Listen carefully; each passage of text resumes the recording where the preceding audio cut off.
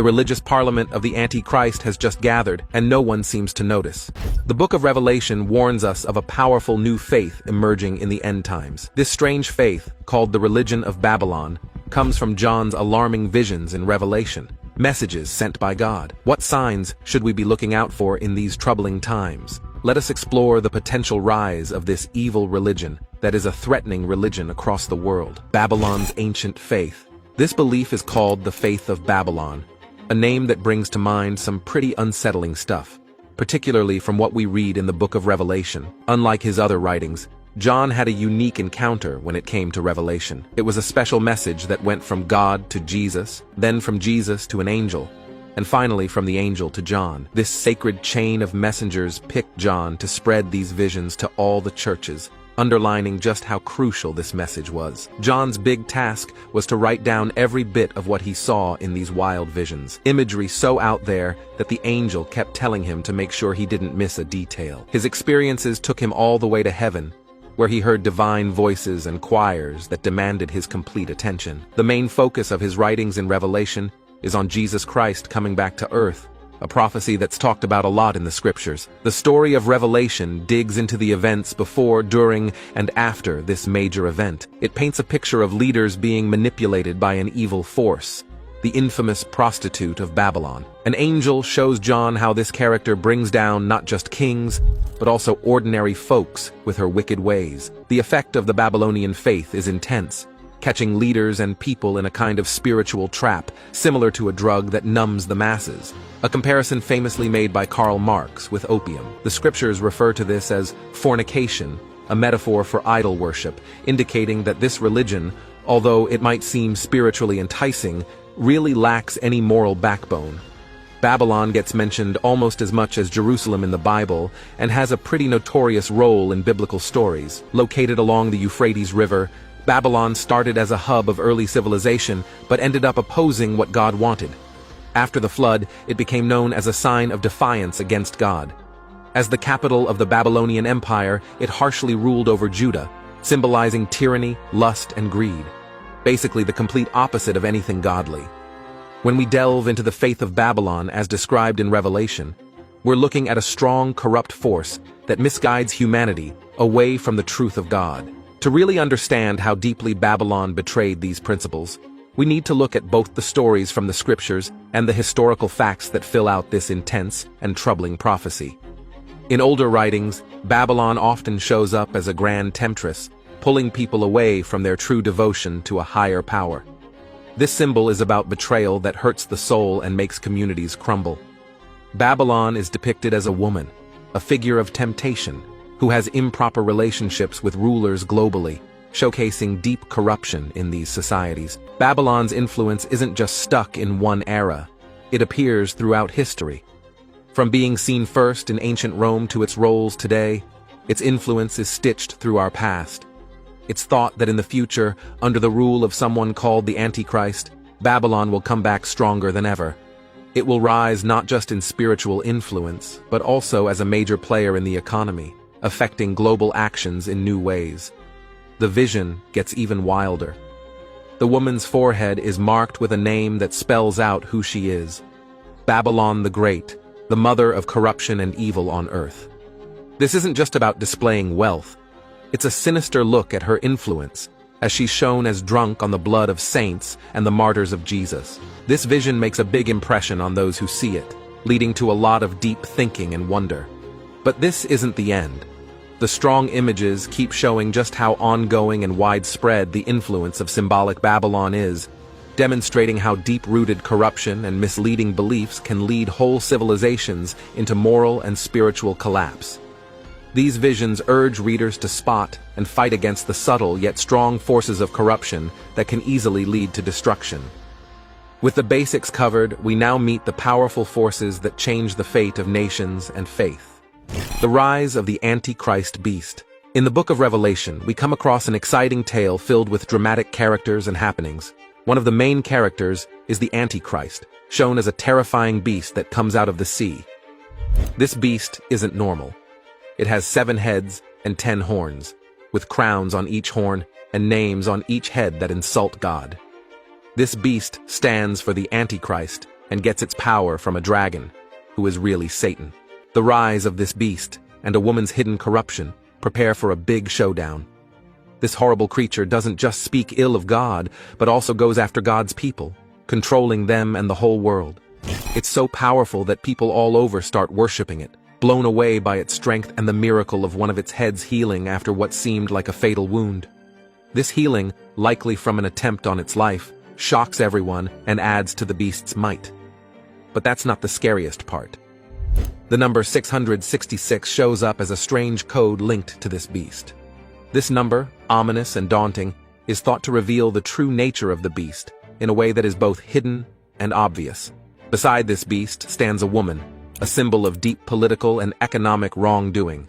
She's decked out in purple and scarlet, colors that shout wealth and authority. Her outfit is lavished with gold and jewels, showcasing her incredible riches. However, despite this appearance of wealth, she's hiding a heart full of corruption, deeply involved in idol worship and moral decline. Together, these characters don't just tell a story about power and control, but also about deep corruption, false religious practices, and the ongoing battle between good and evil. The vivid pictures and symbols, like the beast emerging from the ocean and the woman's fancy yet tainted look, stress the intense fight between heavenly beings and their earthly foes. The harlot, as she is called, stands for more than just a part of a religious group. She's at the center of a dark movement led by Satan, which could be seen as the religious system of a global empire. Our current society is alarmingly close to falling for this harlot's charm because we live in a time where a variety of beliefs are widespread, and it's commonly said, "It doesn't matter what you believe, just believe in something." This mindset draws us closer to the wrongs done against saints and the martyrs of Jesus. The harlot not only harms those who do right, but she also seems to take pleasure in her deeds, much like a person who enjoys a fine wine. However, this is far from the worst part.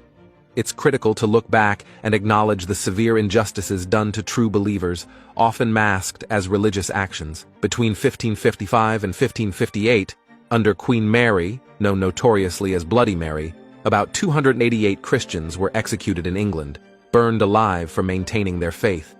This era sharply points out the dangers of misusing power under the disguise of religion. In Revelation chapter 17 verses 12 to 15, the text talks about 10 kings who, though they don't own any land yet, are given temporary power to rule with the beast. They unite under a common mission and will surrender their power to the beast. These kings will engage in a battle against the Lamb, but they will lose because the Lamb is the ultimate ruler, the King of Kings, and those who are with him are the chosen and faithful. Now, let's dive deeper. The scriptures also describe the waters where the harlot sits as being people from every nation and language, hinting at a kind of 10-nation coalition. Even though we don't know exactly who these people are, what they do is clear enough. The harlot rules over a wide range of populations across the world, showing just how extensive her connection with the beast is. This bond suggests she has a kind of universal religious control, linking her directly with the beast and his rule. Watch as alliances change and betrayals happen, leading to the fall of once powerful forces. Betrayal of the harlot by the beast. Things get even more intense. According to Revelation chapter 17 verse 16, the allies of the AntiChrist, the 10 horns and the beast, will eventually turn on the harlot. They will strip her of her power and influence, leaving her helpless and without any support. This is not just a downfall, it's a brutal act of betrayal, highlighting the unpredictable nature of alliances in this global structure. The powerful leaders grow to despise the infamous city, often referred to as the Great Harlot. Their anger builds, and they plot a dark scheme to completely strip the city, devour it, and burn it to the ground. This devastating act happens because the Antichrist, a figure of extreme evil also known as the Son of Destruction, demands undivided worship, rejecting all other forms of religious devotion. He boldly claims to be divine, positioning himself in God's temple as if he were God himself. But this catastrophic event is not just happenstance, it's orchestrated by divine will. God influences the hearts of these rulers, guiding them to hand over their power to the beast, ensuring that the prophecies come to pass. These 10 kings, despite their evil nature, play a crucial role in this divine strategy, leading to the destruction of another corrupted power, symbolically named Babylon, renowned for its vast influence on global matters. The fiery destruction of this city signals a prophecy fulfilled and a warning to the faithful. In ancient times, particularly during John's days, Rome was perceived as this powerful entity, reigning over kings and empires. But over time, the name Babylon has come to represent any major force that dominates global politics and the economy. Now, the spotlight is on a new yet doomed power, marked for destruction. Politicians, eager for supremacy, are willing to thrust the world into economic turmoil if it means achieving their dominance. The impending downfall of the city, marked by massive fires and economic collapse, is near. As the city burns, the world watches in dismay, mourning the great loss. Yet, this disaster is part of a divine plan. God plants the desire in their hearts to destroy the city along with the beast. In the story we're talking about, a character known as the AntiChrist rises to power politically, while another character, referred to as the false prophet, takes over the religious leadership. They manage to control the economy for a short while by making deals with kings. Though this control doesn't last long. The future fall of a place called Babylon is talked about in holy texts as if it's a done deal, providing comfort to those who believe in these texts. But there's more to it. There are lessons here for the faithful. The city, marked by the suffering of those who died for their beliefs in Jesus, becomes hostile to good people. Followers of Jesus are strongly advised to separate themselves from this morally corrupt city to avoid being dragged down by its wrongdoings and suffering a horrible end. This message is sent from above, urging believers to leave the doomed city and seek a safer place in a spiritual kingdom above. This growing spiritual emergency is a call to those seeking a global religious connection, presenting a clear choice against an expected divine judgment. The idea of a global religion sounds good because it aims to bring different beliefs together under one framework. However, this idea of coming together also brings up worries about forgetting traditional religious values and causing confusion about what's spiritually right and wrong. In religious texts, Babylon is shown as an example of what happens when a society ignores God's guidance. It presents a deeply flawed society that rejects God, embraces false gods and wrong behaviors that seep into every part of daily life. This isn't just a slide in moral standards. It's a deeper spiritual decline that harms the community's core spirit. As people who follow these beliefs, we're encouraged to stick closely to the scriptures and avoid getting tempted by other beliefs. The story of Babylon serves as a warning about the severe consequences of moving away from true worship. The new religion, which mixes various teachings, could mislead believers, pulling them away from the core messages of the gospel. During the chaos, we face the true beliefs and the danger of losing our spiritual way. Apostle Paul's warning of false gospels. The Apostle Paul, in his letters to the Galatians, expressed his worry about how quickly some were abandoning their faith for a version of the gospel that wasn't true. Paul's words act as a reminder of the risks of accepting a version of the gospel that contradicts the teachings of Christ. He emphasizes the need to keep worship pure and stick to the religious sanctity outlined in the scriptures. This new religion, which includes a variety of rituals, is in conflict with scriptural standards and can cause significant spiritual damage. It promotes a focus on personal spiritual experiences and incorporates various religious practices that deviate from traditional teachings. While it supports global peace and unity, it risks diluting essential Christian values and creating a system that weakens the core principles of the faith. The text from 2 Timothy chapter 4 verses 3 to 4 alerts us that a time will come when people will turn their backs on the truth. Instead, they will opt for teachings that feel good rather than those that are right. They will look for teachers who say what they want to hear, supporting their own ideas rather than challenging them with the difficult truths of God. This preference for comfort over truth leads them to believe in fables and human-created stories, accepting what they should be rejecting. But this is just part of a larger change in religious thinking. A new kind of spirituality is emerging, one that mixes different religious practices and downplays solid teachings. This new approach prioritizes personal feelings and experiences, setting aside the long-standing truths that have guided people for ages. These trends are not just happening, they're growing, showing a worrying trend towards a philosophy that feels good but ignores the strong bases of traditional faiths. Historical warnings about false prophets remind us to stick to the Bible. Warnings from other biblical figures, like the prophets Jeremiah and Peter, highlight the dangers of this change. Jeremiah warns about false prophets who rely on their own creativity rather than divine inspiration to lead people, leading them to emptiness. Peter talks about deceitful teachers who subtly introduce destructive ideas, even denying Christ, which can ruin believers. But this isn't just about ancient stories or theories. These warnings are crucial today. They are urgent calls to recognize and confront the spiritual deceits we face now. The Apostle Paul's letters urge us to hold on to genuine teachings, emphasizing integrity and upright behavior. He warns against those who see faith as a means to gain power or wealth, urging believers to stay away from such individuals. Personal integrity and ethical behavior are deeply connected to divine teachings. The Bible warns us about the rise of false beliefs and the downfall of corrupt systems like Babylon. These warnings remind us of the spiritual battles we face. New religious movements, focusing on personal spiritual experiences and mixing different beliefs, seem to fulfill these ancient warnings. They break away from the solid teachings of the Bible, offering ideas that cater to personal desires rather than the enduring truth found in God's Word. Prophets like Jeremiah and Peter have warned us about the dangers of following these incorrect teachings.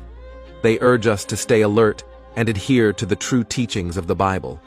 As believers, it's crucial that we follow this guidance, recognizing the truth and rejecting falsehood. By fully understanding and applying these warnings, we can navigate the complex spiritual landscape of our times, staying true to our faith and avoiding the traps set by false beliefs. These prophecies serve as a warning about deceitful prophets and teachers who push dangerous lies that don't match up with the gospel's teachings. The Bible encourages us to stay sharp and critical, checking every teaching against what the scriptures say, and to firmly hold on to the truth. The appealing promises of unity and spiritual satisfaction from new religious movements might easily mislead believers who aren't deeply grounded in the scriptures. Facing these challenges, it's crucial for Christians to be alert and tackle them with the clear wisdom found in the Bible. Christians should regularly study the scriptures and seek the Holy Spirit's guidance to spot the difference between truth and error. The Bible is our most reliable source for truth and wisdom, giving us the foundation we need to handle today's complex spiritual situations. Every part of the Bible is inspired by God and serves a purpose for teaching, correcting mistakes, and guiding us in living righteously. This ensures that we, as believers, are fully prepared and equipped to do every good work, reflecting God's intentions in both our public and private lives. We must show personal integrity and moral courage, as highlighted in 2 Timothy chapter 3, verses 16 to 17. This passage stresses the importance of Scripture in preparing us for every good work and guiding us to live according to God's wishes. By immersing ourselves in the Bible, we gain the wisdom and discernment needed to face the challenges of our times.